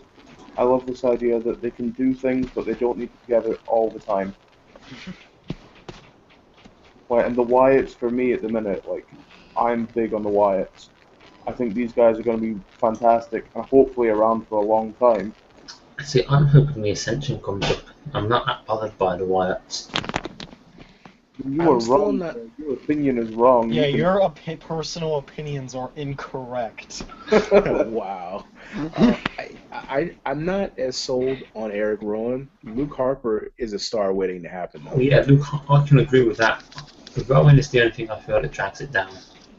But he's even stepped his game up huge. Yeah, he's gotten better each week. That pay-per-view match, he was so good in that. Yeah, he had some cool stuff in that match. Yeah, just the little things, like every time that he get knocked down, he's pounding the mat like he's pissed off. That's good stuff right there. It is. It's Little real subtle physical stuff. acting. It's good Yeah, stuff. he's fantastic. He stepped it up, but it's still depressing to see the gap between him and Harper. Oh, well, Harper, he had, how many years on the Indies? Yeah, I don't think Eric Rowan was in the Indies for like 12 years. What's the age difference there? There's got to be like a 10-year age difference, isn't there? Yeah, Harper's like almost, he's in his late 30s, right? No, he's in his mid-30s. Is he? Yeah. I think the best way to simplify this is like everyone learns at different speeds. Obviously, if they'd both started in the business, you could at the same time. You could say, okay, Harper's learned really quickly. But Rowan's just came into this. Realistically, if you want to say, okay, maybe he's done it for 2 or 3 years, say he has. He's still better than a lot of the guys that are sitting in the middle. And Okay, the Wikipedia lists their debut as being the same time, which is super weird to me. I'll have to look and see what that means. Yeah, I was going to say, where was he wrestling at, though? No, that's crap. That's crap. Okay. The debut date is 7 years before it mentions when he started wrestling in the indie circuit. I don't know why. No, says- it's 4 years before he started the indie circuit. Yeah, 07 is when he started in the indie circuit. Well, Harper was actually doing indie stuff in 03. So Yeah, Rowan's saying his debut was 03, but he wasn't on the indies till 07. So I don't know what that means. He was doing backyard wrestling. Yeah, he Oh was my. on trampolines. Actually, Harper's wrong, because Harper made his debut in 2002. Wow. I actually agree with that. Age is not everything. I use it sometimes to create context. But you look at the Ascension, both of those guys are mid to late 30s guys, and neither of them is particularly polished, even at Yeah, this they're point. real green for how long they've been doing this. Okay, so here's a question for you then. Tonight, obviously, the one topic we haven't covered is the Authority. How long do you think we see this Authority role continuing? Until Reigns versus Triple H. Do you think it'll end after Reigns Triple H? And what do you think? I think that'll be the start of the downfall. And what do you think will happen tonight with the Authority? Because I don't see them having a huge role tonight for a change. Same old bullshit. Yeah, they start the show with them doing a promo, and then a couple backstage things, and some Stephanie Bella stuff. And Cena comes out and they remind him that Cena's got a match with Rollins later tonight. Yep. Yeah, I'm in a weird position with the Authority on that because I like everything they do pretty much, but I do get sick of every single Raw opening. It's so formulaic. If they had moved when their segments were, I would probably like them even more. Let me offer you this and see if it changes anything for you. Imagine instead of Triple H and Steph coming out as the Authority, imagine it's Steph by herself, and then if she needs help, she summons Kane. Would you still be as bored with it? Yes. More bored. I prefer. See, I wouldn't. I think Steph could carry the storyline better by herself than having Triple H. I think Triple H actually brings the story down. Why? You adding Kane in kills it for me. Well, he doesn't talk. He's just the muscle. Yeah, I don't even want to see him. Are you sleeping on Kane now? I reckon I'm bored of him. Kane's my all-time favorite, so I can't. It's only because you watched See No Evil yesterday, so you're all up on Kane. Yeah, okay. Yeah, that movie was not very good. But Kane is the best. He's not the best, he's my favorite. But why can't he speak anymore? I don't understand. What happened to Kane's voice box? Jacob Goodnight took it. Yeah. Megatron crushed it. I like because I like Kane when he's dropping weird, I'm gonna drag you to literal Christian hell promos, but I'm not a huge fan of Silent Kane, especially when it's been 14 years since he started talking. Okay. With Kane in mind then, obviously they have See No Evil 2. When do you see them start promoting See No Evil 2? And do you see them changing Kane's appearance yet again to fit this? I hope they do. The original reasoning for him shaving his head was so that they could promote that film. Around October. You think around October? Yeah, probably September, October. It'll probably be dumped out on DVD in September, October, and I'll catch it on Netflix 4 months after that, and that's the end of that. I'll be torrenting it in October. Wow. I'll be doing the exact same thing. I think part of the problem that Kane has is he's too. Can you believe we're saying this? He's a little too samey right now. There's a lot of sort of tall monster destroyer guys on the roster right now. Actually, I wish he got to stay as corporate Kane for a while. I liked that a lot. I disagree with what Rents has said, but I do think that Kane needs to step it up and do something big rather than just do the usual fire goes off. Can we Jekyll and Hyde Kane so that he comes out as the monster sometimes, but he's also corporate in business meetings sometimes? No, I think that'd be entertaining. Didn't we just do that with Abyss and Joseph Park? Yeah, I was just saying, no, we can't. Shh. No. But wait though, but that was brilliant. I would love to see a Jekyll Hyde Kane. Could you imagine him being parts? Right? We can't play this. Let's do this in TNA.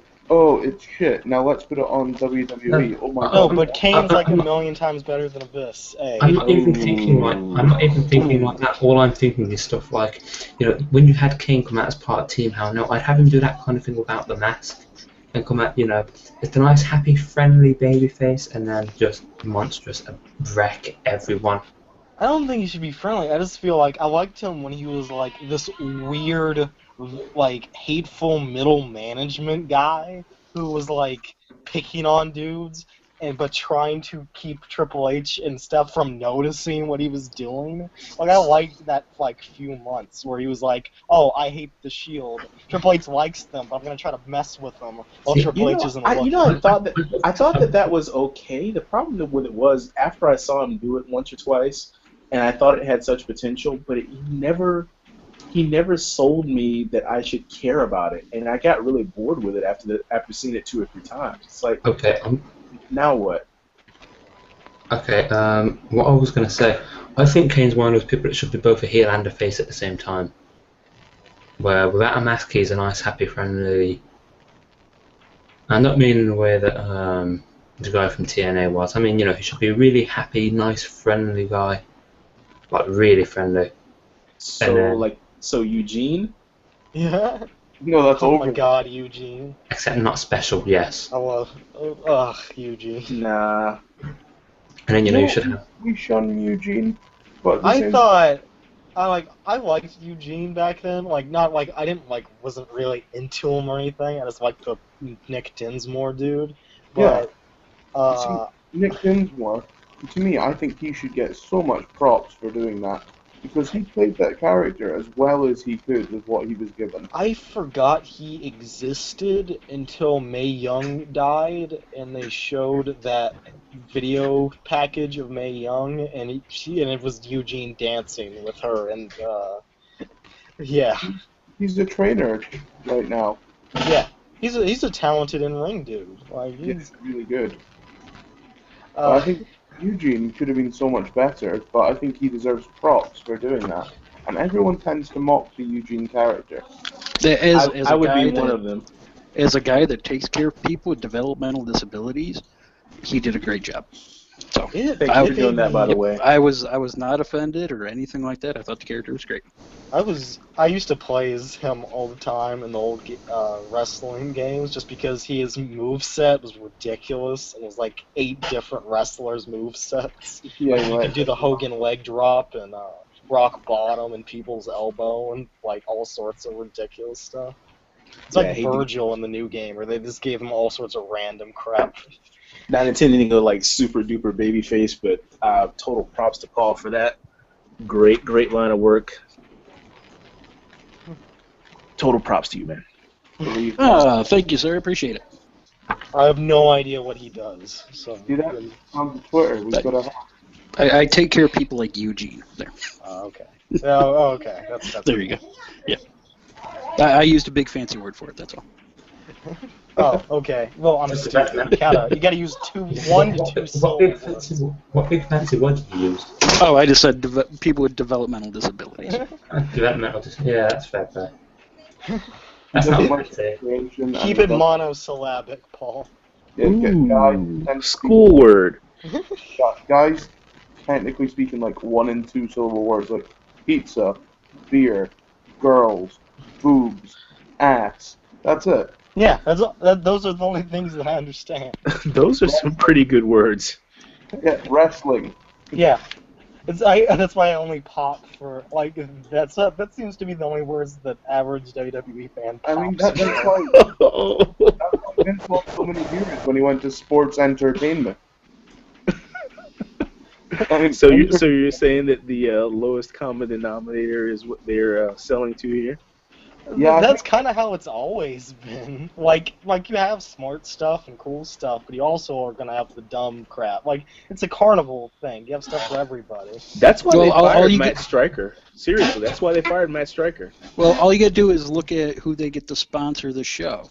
That's how you know who they market to. They're marketing motor oil and candy. And pizza. Ooh. I'm just saying, that's why they didn't get a bigger TV deal.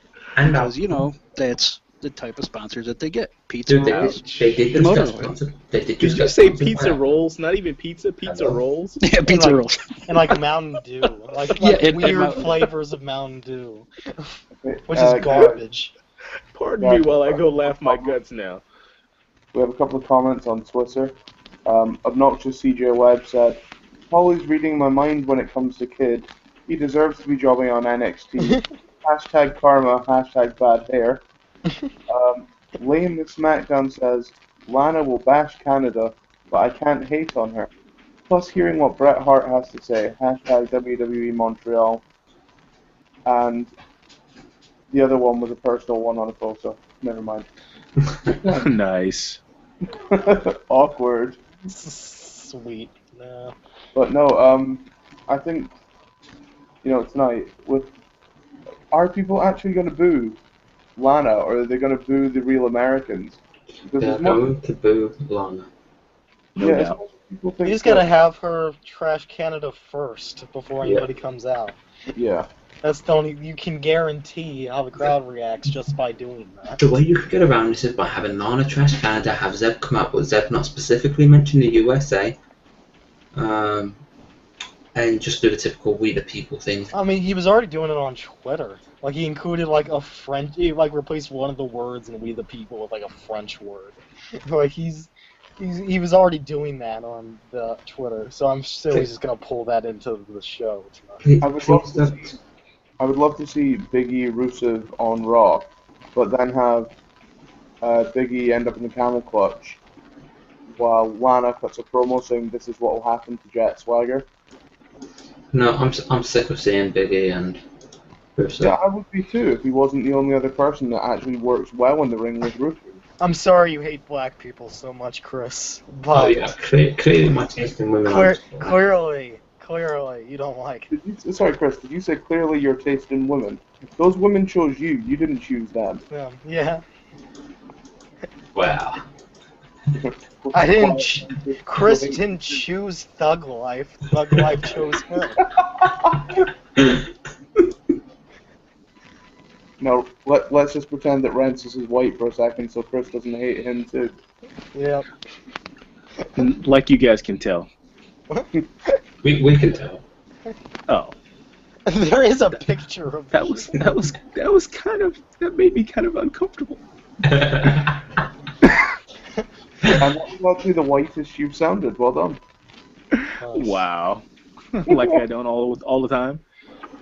No, you don't. Sadly, it's strange. Oh. But like I said, you don't sound like a. Why do you sound disappointed that you didn't say you sound white? Oh, I don't. Aw. I don't like. No.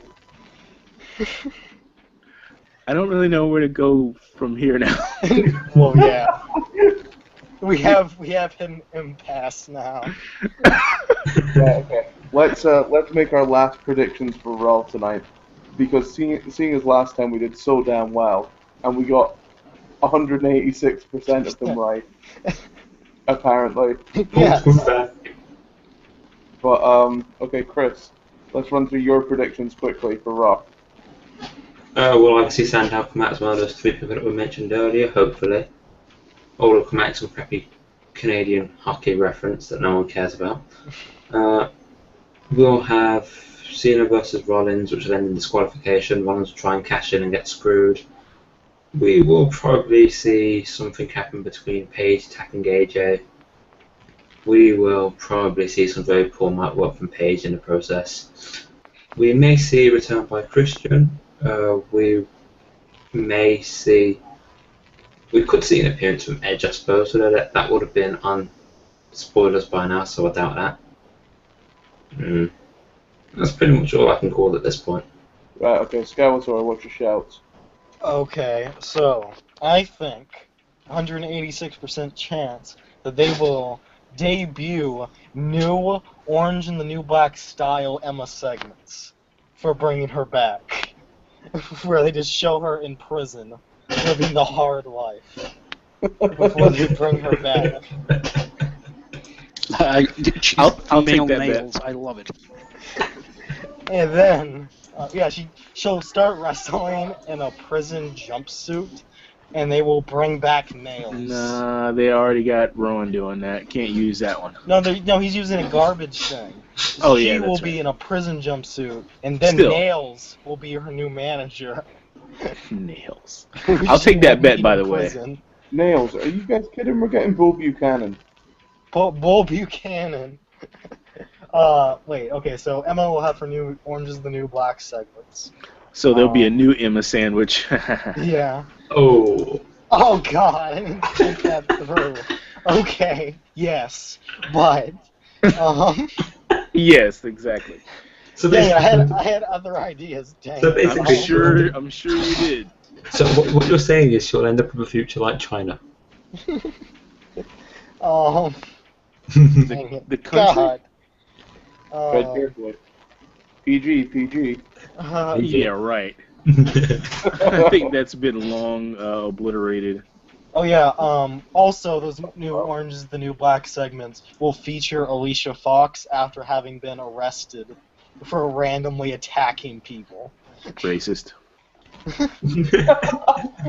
Then they will form their new prison tag team, which will beat the Usos for the tag team titles tonight. Okay, Paul, what's your predictions? My prediction: pain.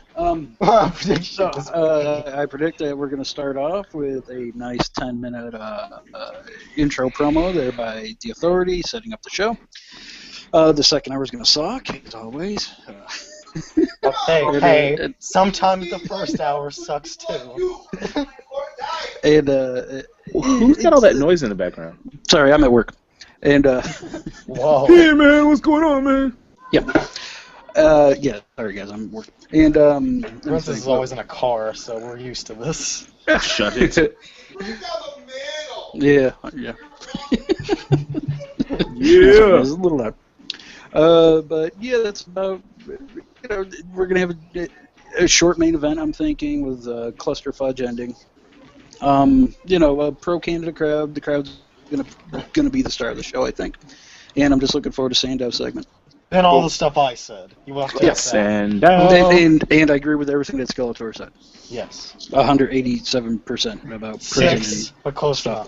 enough. and conjugal visits. 187. Yes. Santino will be in those conjugal visits. With Emma. Oh, he still can. He just can't wrestle. Yeah, he can't wrestle, but he can still have the conjugal visits segment. Damn right he can. I also called him recapping Santino's retirement, but not showing that video, showing a different one in better quality. Okay. Rancis, what do you see? Great main event, Cena and Seth Rollins. Pretty good match, 12 minutes or so. Foolishness to end it, of course, because they don't want to hurt either performer. They probably will open Raw with the Authority again. I mean, seriously, dude.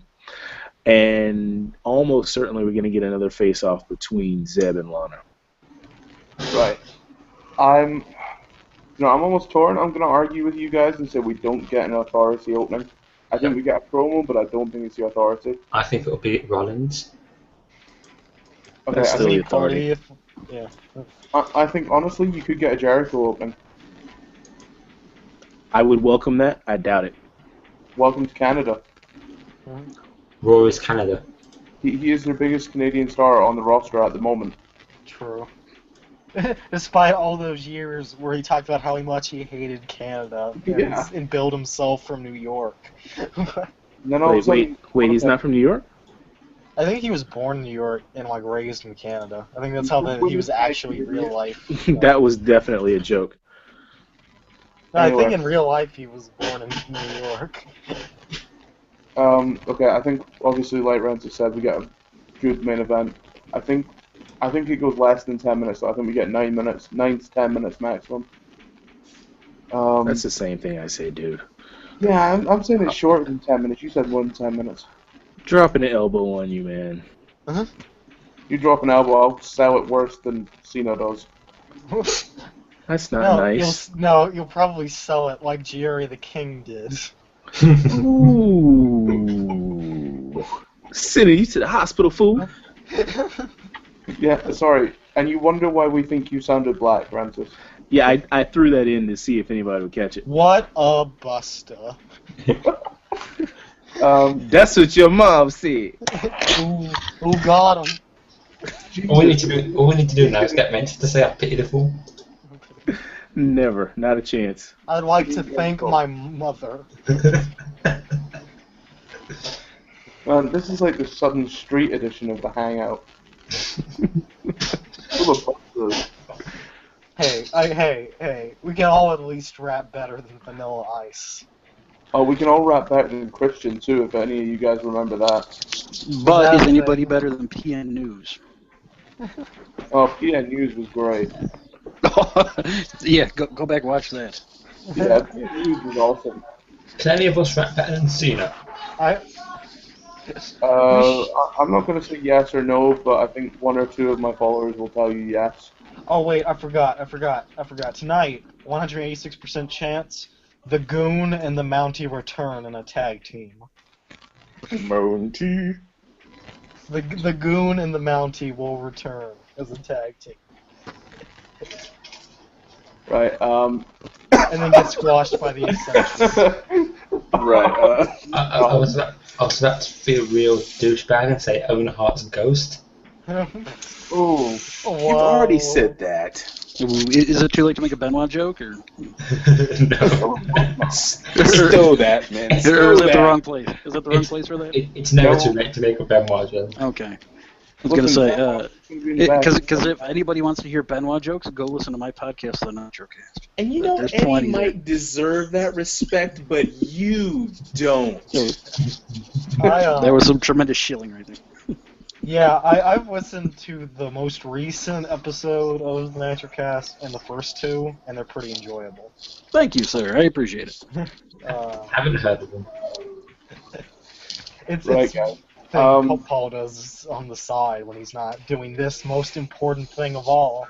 Yeah, that's my side job. I think Hulk Hogan returns to I Am a Real Canadian. Yep. and every third word is A, moose, and Canada.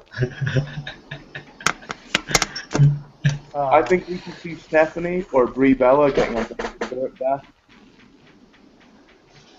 If we're going full Canadian, one of them's getting a maple syrup bath, eh? I think we could see Natalia get sharpshooted.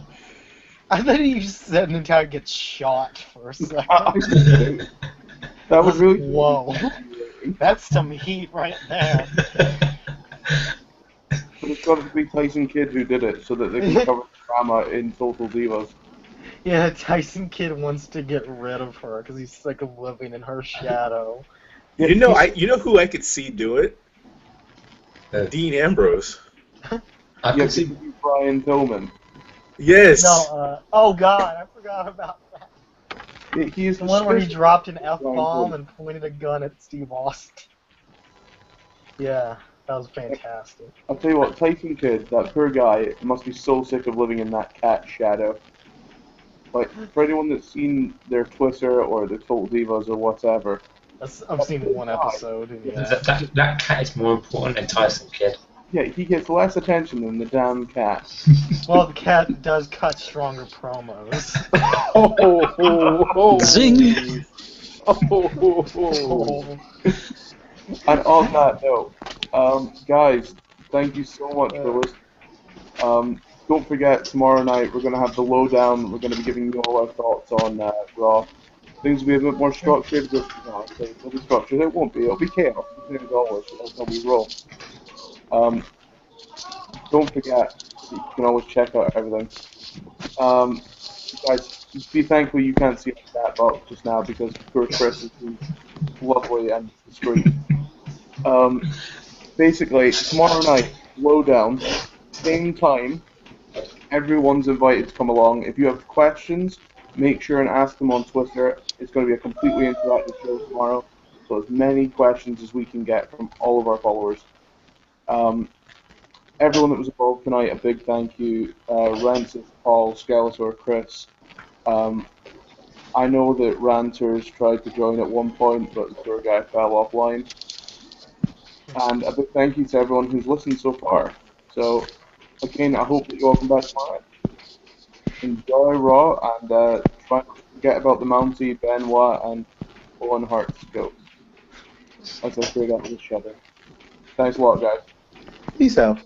See ya. See ya.